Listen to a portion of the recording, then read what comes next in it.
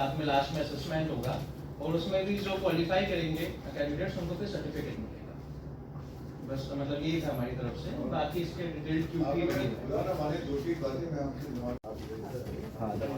हाँ पहले दिखा दीजिए दोनों को ऐसे सर, ऐसे हाँ दोनों दिखाई ऐसे दिखा दीजिए। हाँ यस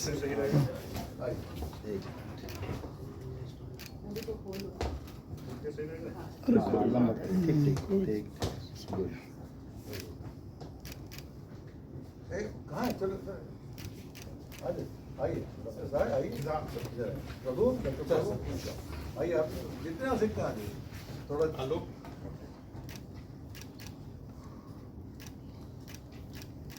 चेंज कर, चेंज कर दीजिए बस। इसका तो वीडियो होना चाहिए, इसका वीडियो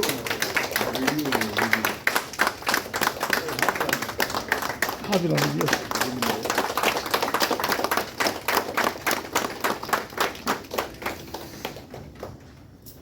देखिए, बिहार आप जानते हैं भूकंप के 3 बड़े क्षेत्रों में आता है, जोन 5, जोन 4, जोन 3 में। और सबसे बड़ी बात है कि हमारे जो साथ का देश है नेपाल, वहाँ कोई भी भूकंप की घटना होती है उसका प्रभाव सीधे तौर से बिहार पर ज़रूर पड़ता है। और एक बड़ी स्थापित बात है कि लोग भूकंप से नहीं मरते, भूकंप में गिरने वाले भवनों के नीचे दब के मरते हैं। तो हमारा पूरा उद्देश्य एक ही होता है कि भवन न गिरें, जिससे लोगों की मृत्यु कम से कम हो।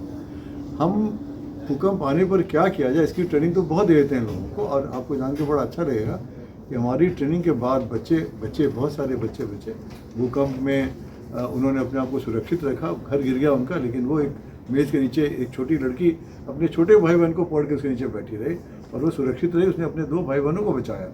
तो वो तो हमने सुरक्षा सिखाई BSCMA की तरफ से, सुरक्षित रहने के तरीके।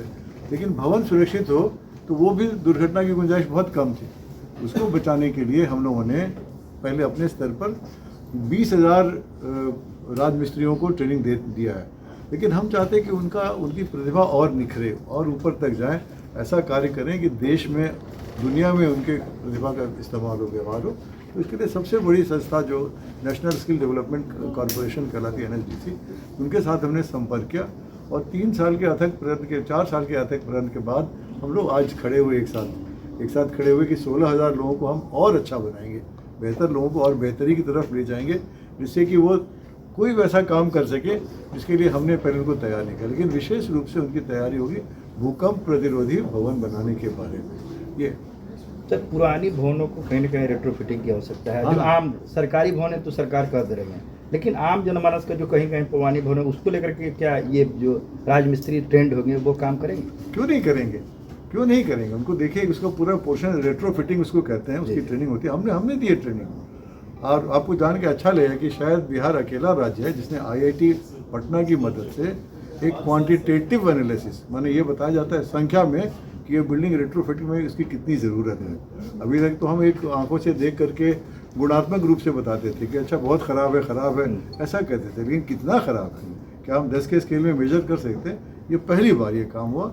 और कहाँ सहाय साहब, ये जो खड़े हैं बालकनी सहाय, IIT पटना की मदद से हम लोगों ने एक बड़ा स्केल बनाया है, तो उससे हमारे नापने में दिक्कत नहीं होती। हम बता सकते हैं कि ये भवन कितना बुरा है या कितनी उसकी अवस्था ख़राब है। और रेट्रोफिटिंग एक इतना सहज तरीका है, और रेट्रोफिटिंग के लिए इतने नए मटेरियल अब आ गए हैं। जैसे एक रैपर मान लीजिए, एक चादर जैसी चीज़ है, उसको अगर आप खंभे के चारों तरफ लपेट देंगे तो उसकी शक्ति पुरानी जैसी करीब हो जाएगी। उसमें तोड़ के काट के कुछ करने की ज़रूरत नहीं।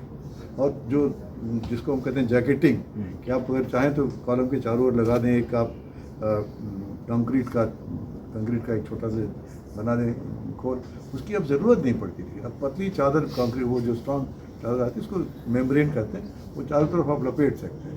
जो बीम है, जो कॉलम्स हैं, जो छत है, सबके रिपेयर के इतने आसान तरीके, ग्रेनाइटिंग का तरीका आया कि सीधे छत को आप दोबारा मजबूत बना सकते हैं। तो रेट्रोफिटिंग अभी बहुत आसान है, और हम लोग उसको करीब 20,000 जो इंजीनियर्स हैं, राज्य के जितने अभियंता हैं जो भवन निर्माण में लगे हुए हैं, सबको रेट्रोफिटिंग की ट्रेनिंग दी है हमने।